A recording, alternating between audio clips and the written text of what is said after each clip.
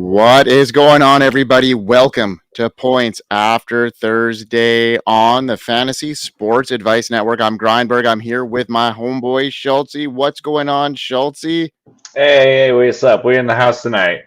Here we are in the house tonight, and bigz is under the weather. So, our regards to him. Hopefully, you start feeling better, buddy, because breakfast with bigz is only a couple days away, and we have a full roster full for y'all this weekend. And it's Thursday night. We just finished off the Thursday night football game, and not a bad game all in all after a really slow first half, Schultze. Like, not a whole lot of action happening here. A couple salvageable fantasy games here, and we'll have to talk it up, dissect it, and then head our viewers into the weekend with a strong performance. So let's talk about the Seahawks, because they were the victors in this game.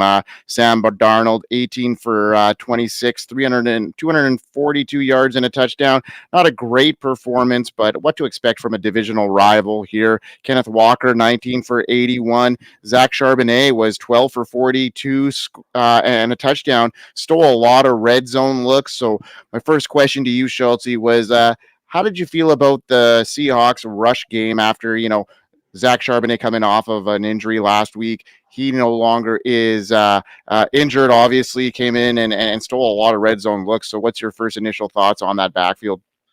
Well, I think what we saw here, 19 carries for Kenneth Walker, 12 for Charbonnet, is probably like the ballpark of what we should anticipate moving forward. I think the discouraging thing here is the red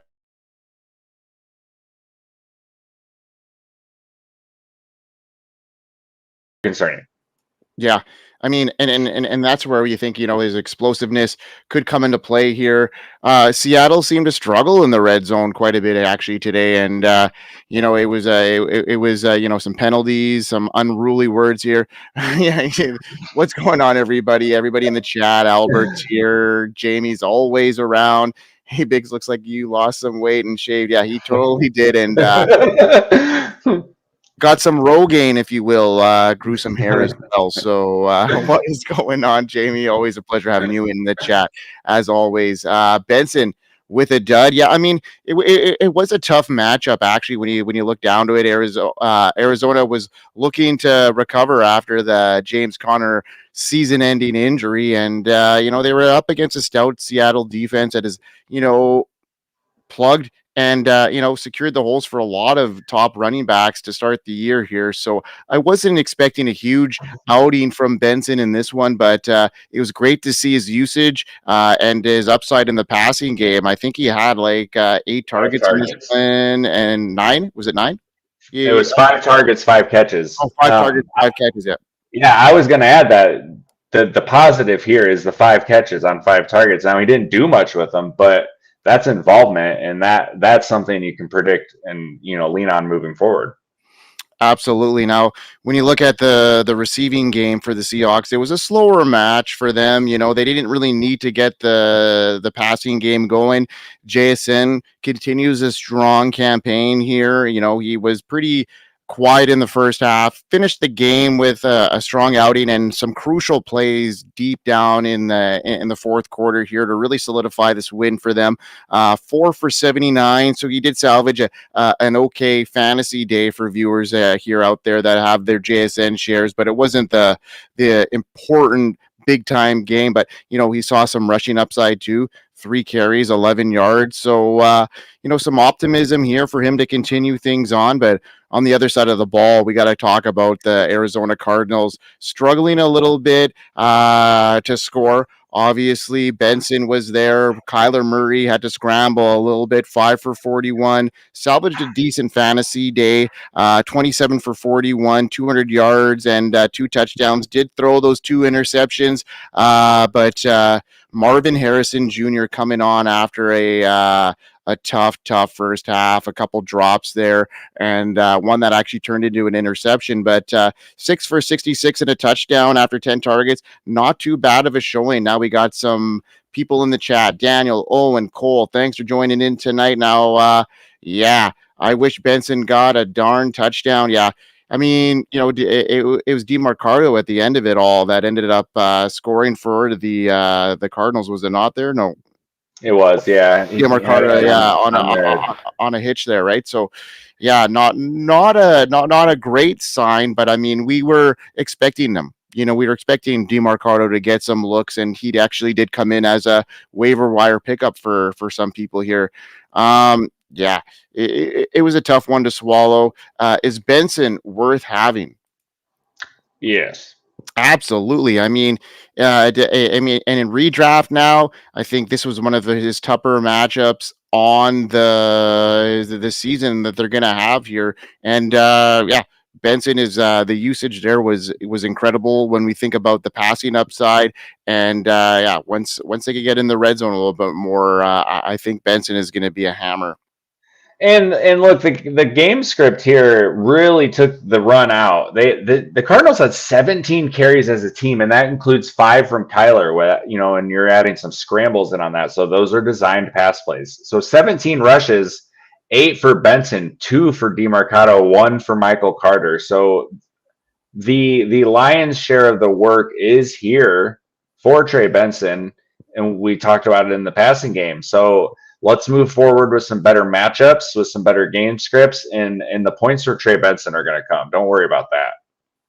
Of course, yeah, I think so too. And yeah, like I mean, this was his first full on, usage as the running back one. So I mean, some optimism here with that usage, and I'm looking forward to seeing what he can do in this Cardinals offense. And as far as dynasty managers go, we just got off recording the Pulse, and we had a long conversation about Trey Benson and his upside and how he could easily in the next month by the end of October. A lot of us have got him thinking that he could be, creeping up in the top 20 running backs in Dynasty here, especially with a strong showing moving forward with, some of the tougher matchups Arizona has in the run defense coming behind them. Now, Schulte, what's your take on Marvin Harrison Jr. after a really slow start to the season and some up and down games? He started with week 1 with a really nice performance, and then 2 and 3 didn't look great, and the first half did not look good for Marvin Harrison Jr. And we even mentioned it on the Pulse that we weren't like, is he just not good? And then he silenced our critics here with a decent second half. Yeah, so I mean, if you're a Pulse listener, we talked a lot this offseason about Marv and how look, he may very well be a good player, but the opportunity and the usage just might not be there for him. And his sophomore season might look very similar to the rookie season in terms of numbers, and that kind of sucks because like we are expecting that jump, but that's just the nature of the offense and how they use them and the situation we're living in with Marv. I will say tonight I think is extremely promising for his development. That first half was brutal, and to come out in the second half and flip the script, like that takes some mental toughness, and that means something. So he didn't fold. He didn't continue to play terrible. Like he made some mistakes in the first half, and that drop that led to the interception, that was critical. He turned it around, man. He made a couple really nice catches over defenders, including that touchdown pass. Very good second half for Marvin Harrison. Yeah, and hopefully he can build on that. Yeah, I agree with that 100%. And we'll see how this chemistry goes and moves forward. I think they were making a point to target him in the second half to kind of get his confidence up there. We saw a spike in targets after that drop that turned into interception. And sometimes you got to get your best guy in the game and go right back to him. Now, anything else to monitor about this game here on the Thursday night before we move into the weekend slate? It looked like Elijah Arroyo was getting targeted a couple times there in the red zone. Missed a couple ones there, finished the day with 2 for 44. He was a guy that we had, circled on our calendar before the season started as a potential guy that could rise up the board based off his situation, what we saw, especially at the Senior Bowl coming from bigz. We saw him live and, he was kind of the star of the Senior Bowl. And now, with the Seahawks releasing Noah Fant, we thought it was just going to be a matter of time before we see a guy like Elijah Arroyo come in and gain some steam here. Good performance, but it could have been a lot better with a couple touchdowns. Yeah, and look, the tight end is a tough position to adapt to and grow into, and look, there's still some promise there. Like he had to catch a 32 yards tonight, so let's keep an eye on that, and hopefully we see some growth. On the JSN front, though, I it was scary tonight. Like we didn't even have a catch in the first half, but he turned out a pretty solid game overall. Like you mentioned, 79 yards, a couple of really crucial plays, third down catches. This feels like a floor game out of this guy, and we still like turned in a decent performance. Like Still got there. wow, Yeah. yeah. Yeah, we still managed to get there, and we knew that it was going to be a tighter game in the second half, maybe with some more scoring as these two teams loosened up a bit. Now, got a couple big games on here, the slate this weekend, Schultze. Couple to circle on your calendar as far as matchups go for fantasy football. Obviously, some real life great football games. Chiefs and Ravens should be a good one. Always a good battle. For fantasy purposes, I'm looking at what game do I like circled here the most? Yeah, it could Can I be. give you my sneaky one? What's your sneaky one, Schulte? Oh, it's Bears and Raiders. This game has all the makings of fireworks, and I am gonna definitely be stacking a DFS line with this one. Yeah, and there's another one that I'm like kind of like it could go either way. Either it could be like a slop fest or it could just be a straight up shootout, and that is the Jets and Dolphins. Like you Yeah, don't know what game could show up, and if you look at how Fields did in Week 1 and how much they scored against Pittsburgh, and like you just never know how open that game could end up being. If the Dolphins get up to an early lead or vice versa, like that could just end up being a shootout at the end of the day. And another one I really like here is the Colts and Rams. I'm really looking to see how the Colts match up against this really, really good Rams team that barely lost to the Eagles. And I think that's going to be a really good battle for the NFC title there, the Rams and Eagles down the stretch. But the Colts coming in, playing a couple great teams here in the AFC and showing their muscle. So what is your first take here on the game itself and the fantasy implications? Because I know that you had Daniel Jones as a sit of the week for yourself here. So explain that one a little bit more to us. yeah, man. This is. I guess at this point, I'm notoriously on the. I think the floor is going to fall out from the Colts and Daniel Jones camp. Like that's where I stand. Like I think that's coming at some point. But with this weekend, I think he's a sit, and I don't. For me, it's not because I think they're going to drop off at some point, and this has everything to do with the Rams defense. The Rams, like you mentioned, it's just a really really good team right now. Um, Up against the Eagles here, they had them on the ropes. Like that game had the makings of them kicking the crap out of the Eagles, and the Eagles just turned it on because they're a wagon. Like they're Super Bowl champions. They're one of the couple teams in the league that can make that happen and just flip the script that quick. So when you look at the Rams, like they shut out the Texans in Week 1. I know the Titans were much of a task, but Cam Ward and CJ Stroud, neither guy top 10 fantasy points against this defense. They're getting sacks. They're not allowing a bunch of yards. They're like fifth in the league, sorry, in yards, given up for defense as a whole at like 268, I want to say.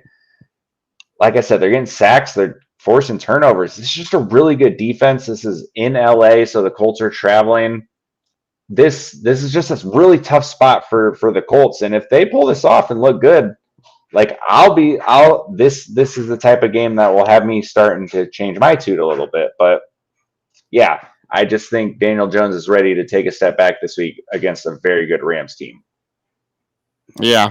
Okay. Well, I mean, you heard it here first. I mean, Daniel Jones is up against the wall game after game, always proving himself this year. So we will see if that momentum can still continue on. And I just think that this game could be a potential big one or a dud as well. So like it could go either way. So what do you think about the Cowgirls and the Packers? Okay, JB, let's talk about that one. High scoring with the Packers dropping 40 plus points.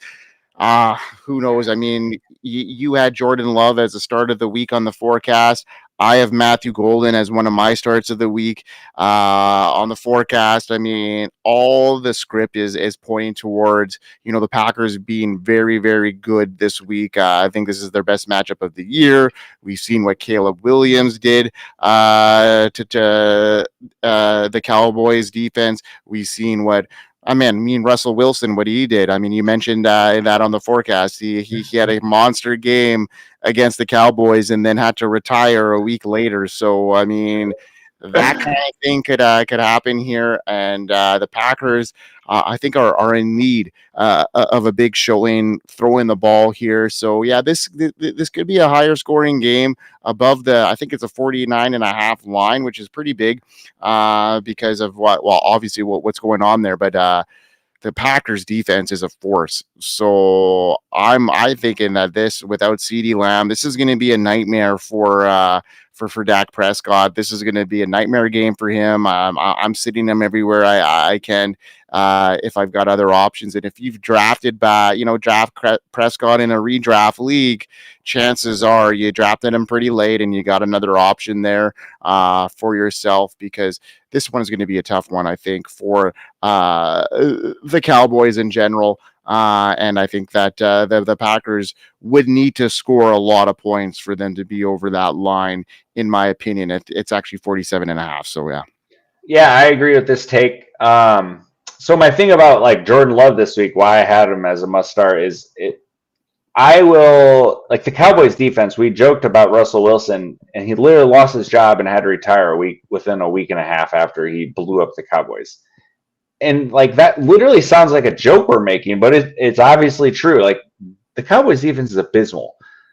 And I am just going to keep placing that bet until they prove otherwise. Like that's where I'm at with them. Until they show me that they can stop anybody, and I mean anyone, I'm going to keep putting my hard-earned money against them. And on the flip side, I do think Dak struggles. I think this is a spot where, like, I'm not super concerned about this offense in a spot like this when CeeDee Lamb is on the field, because he is that good and he is that dynamic, and that his presence on the field trickles down and allows everybody else to get open and work. And like he is that important to that offense that against a good defense, I don't think they're overcoming the loss of CeeDee Lamb. So, what's your panic level here on the Bengals playmakers outside of Jamar Chase? And are you worried about Jamar Chase at this stage? bigz had him as a sit of the week this week, and they're headed into a really, really tough matchup against a tough Denver Broncos defense that is looking to get back into the win column after a couple losses here, tight losses against teams that they're fighting against in the AFC here. So, what's your take here on this matchup, and what are we doing here in fantasy? Man, it sucks because if it was a middle of the road or less matchup, I would say go ahead and start him. Like it wouldn't, even Jake Browning, like if you have to do it, it's fine.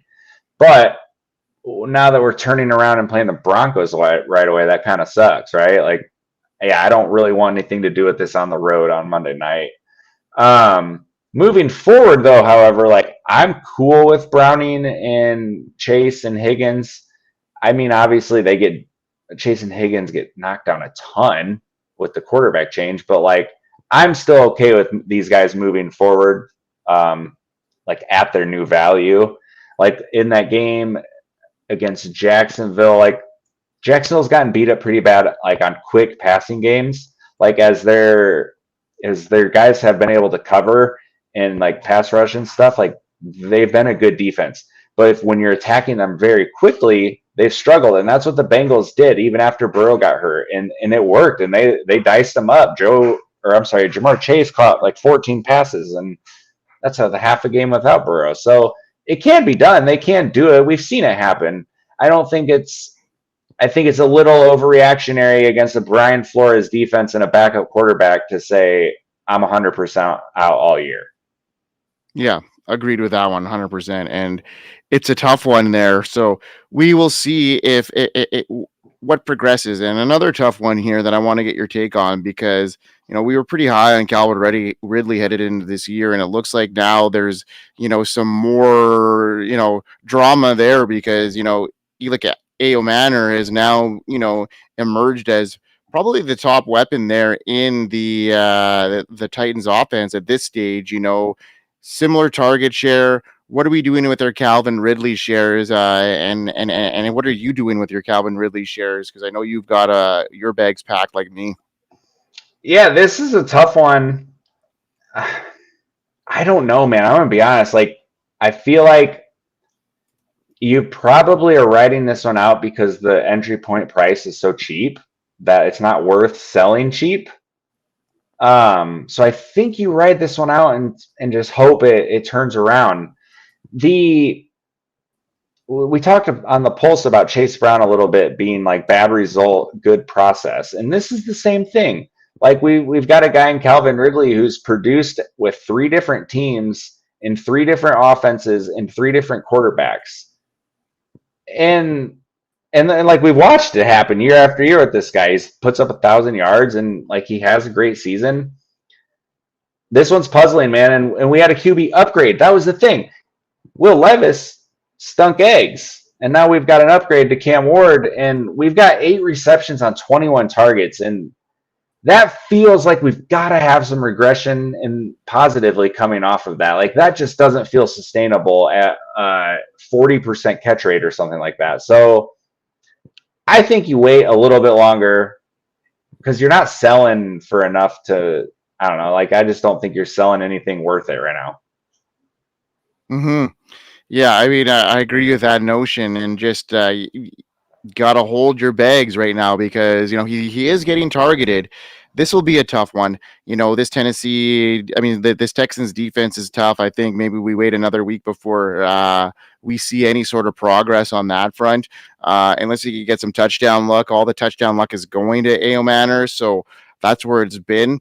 What's your take on the Chiefs Ravens game, Schultze? Are we looking at this 48.5 line to produce some fantasy relevance for our Chiefs players? Because we know that Lamar Jackson is going to get his, and especially against this vulnerable Chiefs defense right now, that is probably pretty tired, playing a lot of minutes right now because of how anemic their offense has been, and how bad their run game has been, and they can't seem to keep them off the field.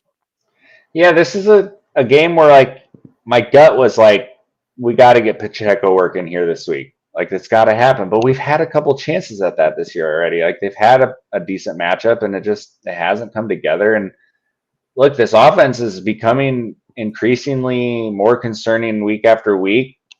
But reinforcements are on the way. We're getting Worthy back. We're going to get Rice back.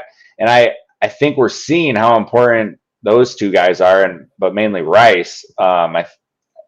Mahomes misses those guys so bad. Rice is just like a get him the ball guy, and like he's gonna make some magic happen. And they miss that bad. They need that guy who can go make something happen. And Worthy's a little bit of that too, but we're missing him. So yeah, the injuries have been a real problem. Travis Kelce is clearly like he's fine. Like he's gonna make some plays for you still, but he's just not explosive. And we need to get these reinforcements back bad. I don't think it looks good this week for the Chiefs. No, it does not at all. But you know what? It hasn't looked great for them all season, and it's going to start piling up, and they're going to be backs against the wall, I think, until some of the reinforcements gets back. And at that stage, with how the Chargers are playing, how some of these other teams are playing, it might be tough. But it's only a matter of time. Another game that I really am excited about this week is the Eagles and Buccaneers. We saw some light the last week from AJ Brown. Wow, that's a unique concept, is to target your number 1 wide receiver every once in a while. And look what happens. That offense looked back to normal. Obviously, Barkley was targeted. They loaded the boxes, which opened up things for AJ Brown. And is this a sign of things to come for them, or are they going to still be that low passing volume offense? I love this matchup. I think this is going to be a really good game, back and forth, and hopefully things can open up in the second half and really put on some strong fantasy performances for our teams. Yeah, this one, I think I'm looking forward this one more real life than I am for fantasy.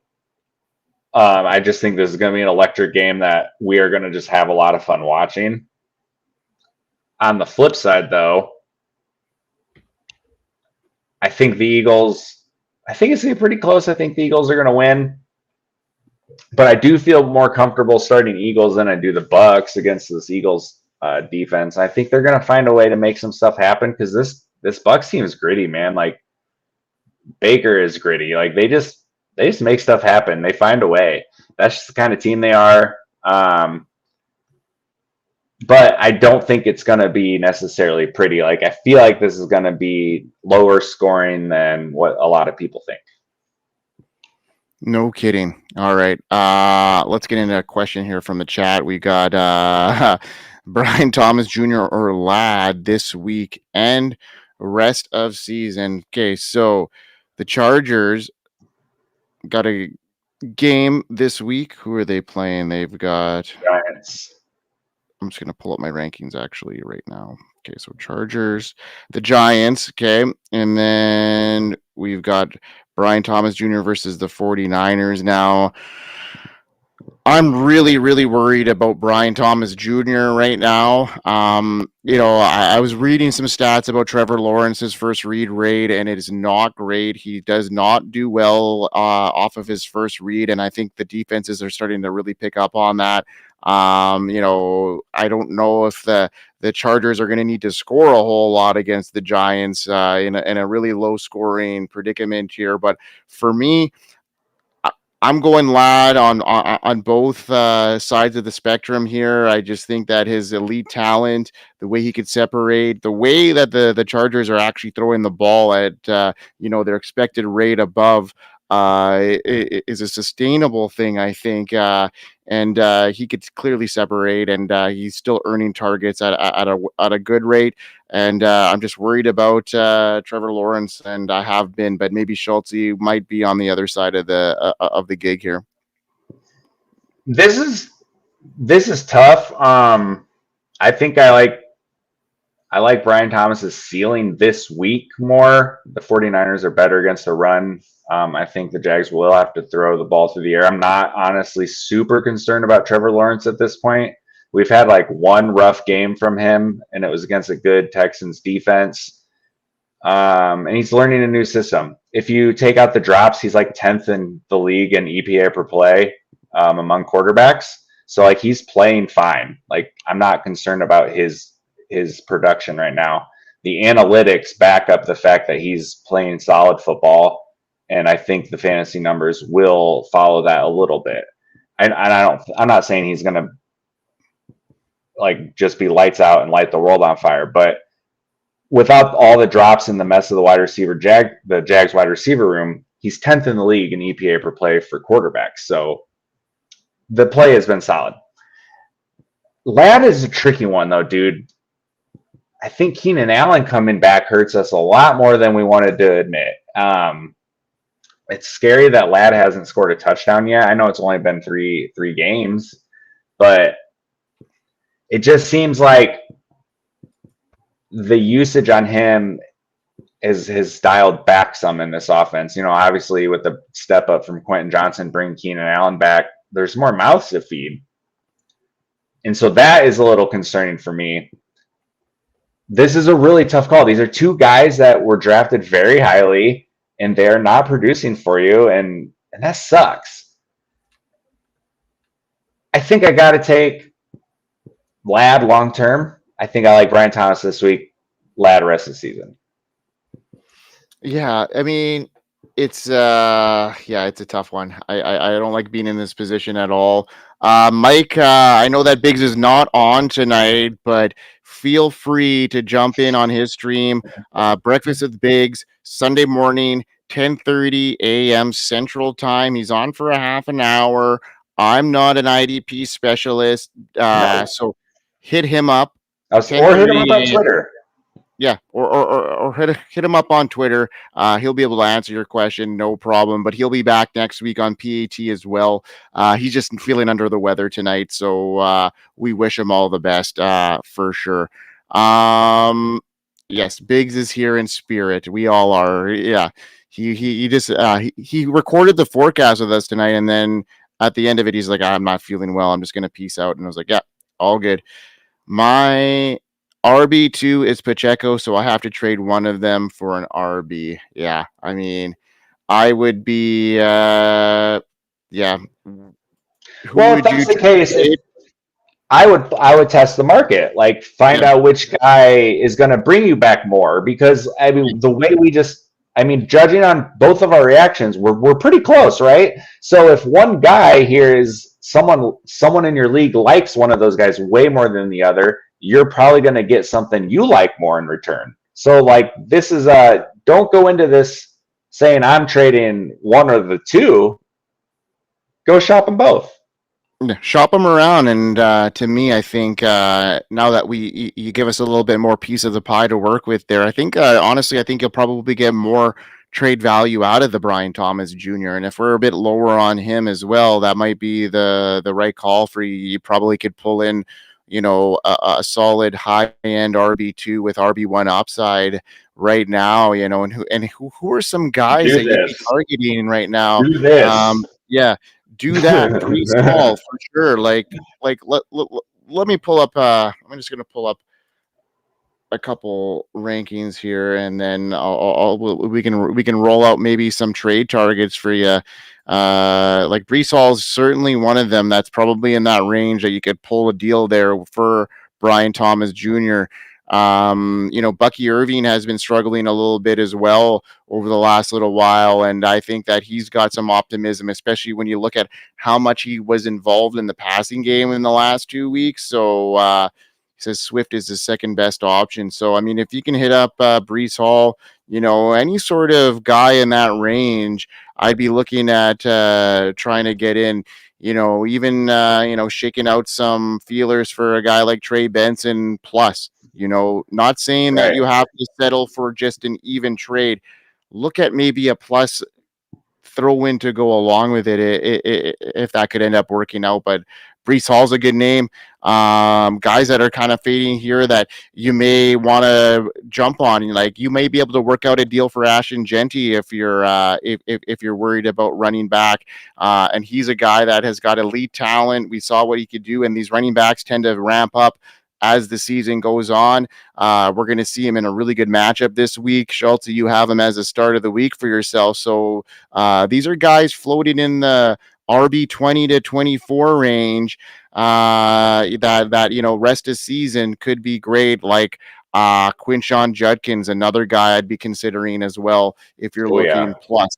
Brian Thomas Jr. is big namesake, and I know it might be tough giving him up at this stage, but it's not looking great at this stage. So maybe hedge your bet and look for upgrades there. So yeah, love it, Noah. Keep those trades comping. All right, Chelsea.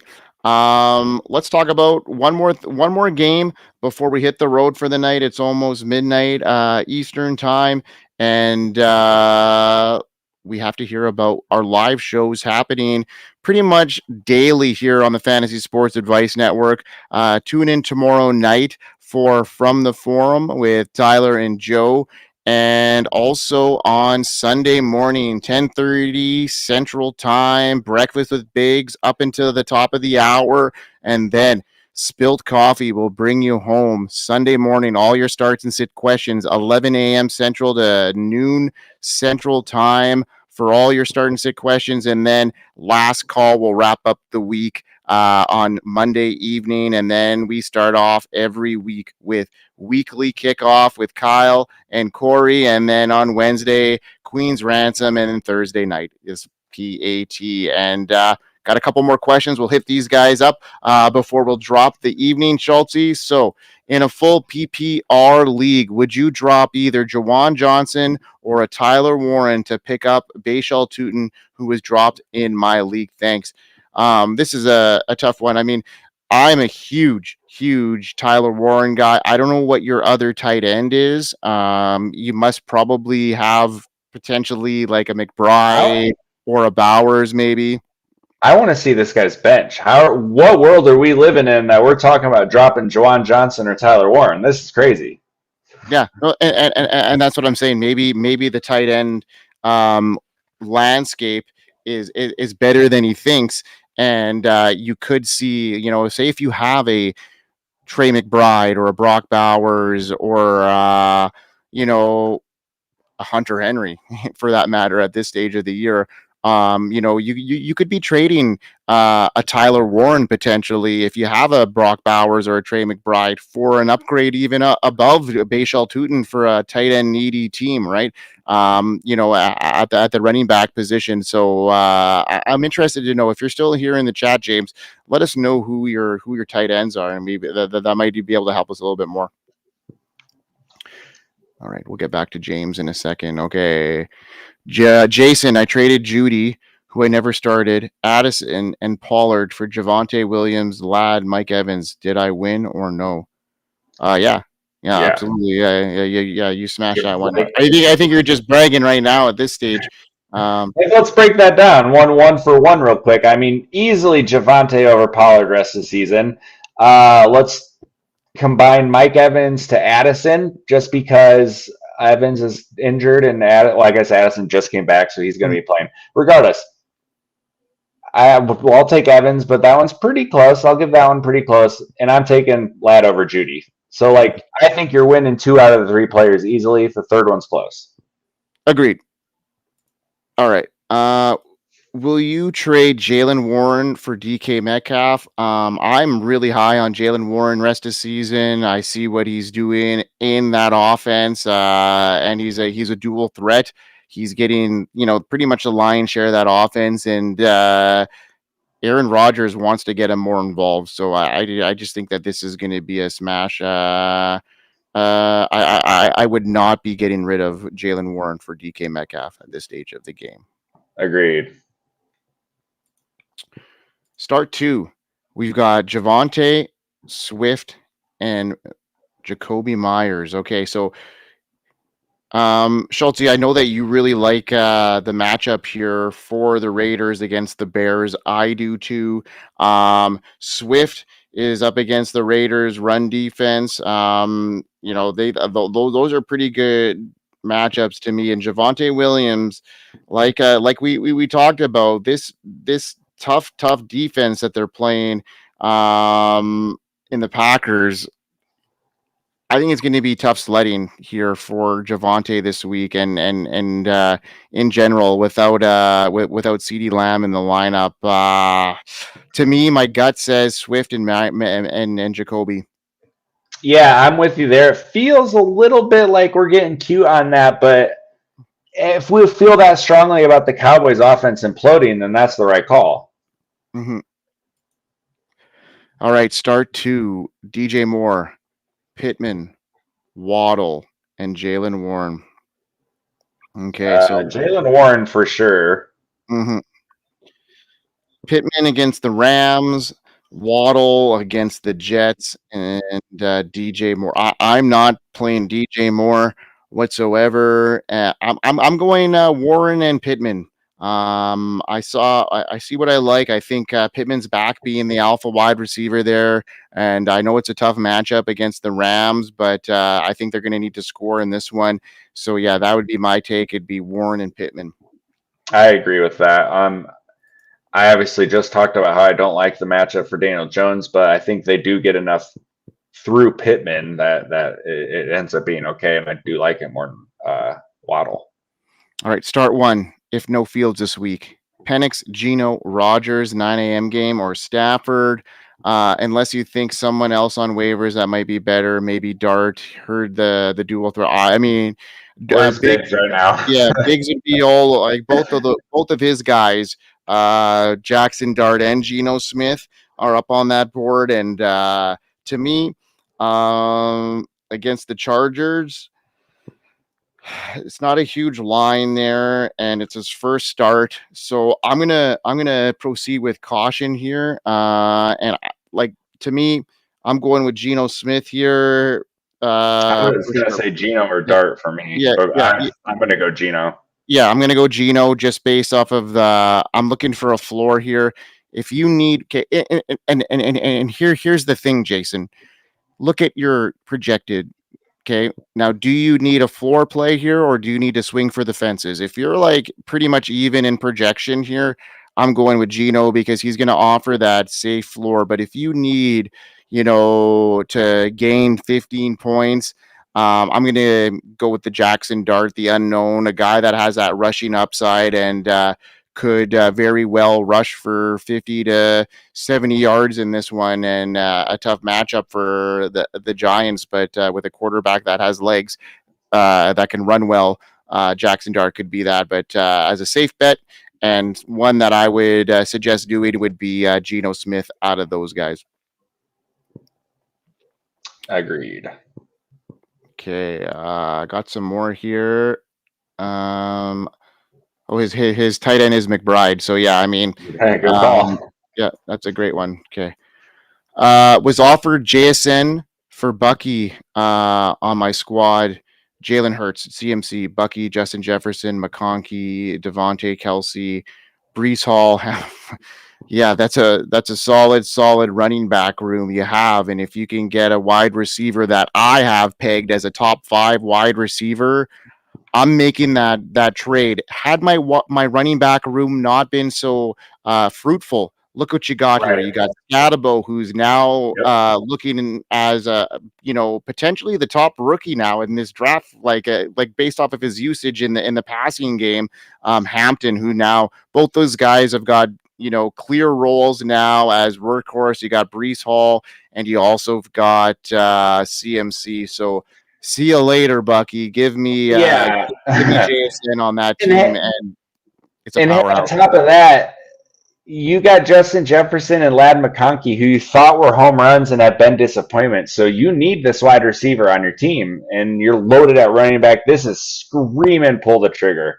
Yeah, just as far as like your build is, that might be a different conversation to have if the build was a bit differently. And I put my money where my mouth is. I literally in one of my higher stakes leagues right before kickoff today, I traded JSN. I traded Kyron Williams for JSN straight up. So similar boat, similar guys, and yeah, I'm with you here, Adrian, and I would go ahead and make that trade if I were in your shoes. All right, we got oh, that was the same one. Any thoughts about Kyle Monangai if Swift does not play? Yeah, I mean, He is a football player for the Chicago Bears. That's a thought. yeah, I mean, imagine if the Chicago Bears had a running back like David Montgomery on their team, and we talked about that on the Pulse actually, and yeah, that's the crazy part. I mean, I like Manangai's running style, and yeah, I mean, he was definitely someone I'd be looking at playing if Swift is inactive. Absolutely, just the upside there in a game where they're going to score points. I mean, Caleb Williams looks good, and that red zone could be there. The line's big, and they're playing the Raiders. So, yeah, I mean, if Swift's not there, you got to go with a running back that's going to get probably the lion's share of the carries. It is that's a scary one, though. I mean, we're talking about a 7th round rookie who's shown nothing and like hasn't flashed at all yet. Like this, you're not wrong in what you're saying, but this also has the makings of a huge flop if it goes that way. Crazy part, I got Scatabo on the waiver wire. Some dropped him in week 2. Awesome, man. That's great. All right. Swift, Myers, Pearsall, half PPR. For picking one, I'm picking Ricky Pearsall. I know Jacoby's got a game that Schulte thinks is going to be, a high scoring game, but if he thinks that, that game is going to be run heavy, I'm leaning towards, you know, the 49ers and what we've seen from Ricky Pearsall and, you know, against the Jags secondary, who, you know, has been lit up over the last couple of weeks. So I'm looking at this game as a Pearsall potential game, and you know, you know, splitting hairs between him and Mayers, but Jacoby is playing great, and but I'm going to go with Pearsall here. I think both of them are the option over Swift here, especially obviously with the injury. I think I go Pearsall as well because like he is the guy in that offense right now, target wise. Without Kittle, without Ayuk, Juwan Jennings has been banged up. Myers is still competing against Brock Bowers. Trey Tucker's been lighting it up. I mean, so give me the guy, like the unquestioned number one target guy. Love it. All right, folks. We're about 45 in here. It's been a long day for the two of us, and we're ready to get you led into the weekend. And we're almost there. One game down. Got a full slate of games. The buys are going to start coming up soon. Okay, Adrian, we'll get you one more question here. All right. Breece Hall versus Miami, Hampton versus New York, Scatabo versus the Chargers, and Dobbins versus Tampa. Start two in the flex. Breece and Hampton. That is what I'm going with as well. Breece and Hampton. Yeah, just I like the matchups there and the opportunity.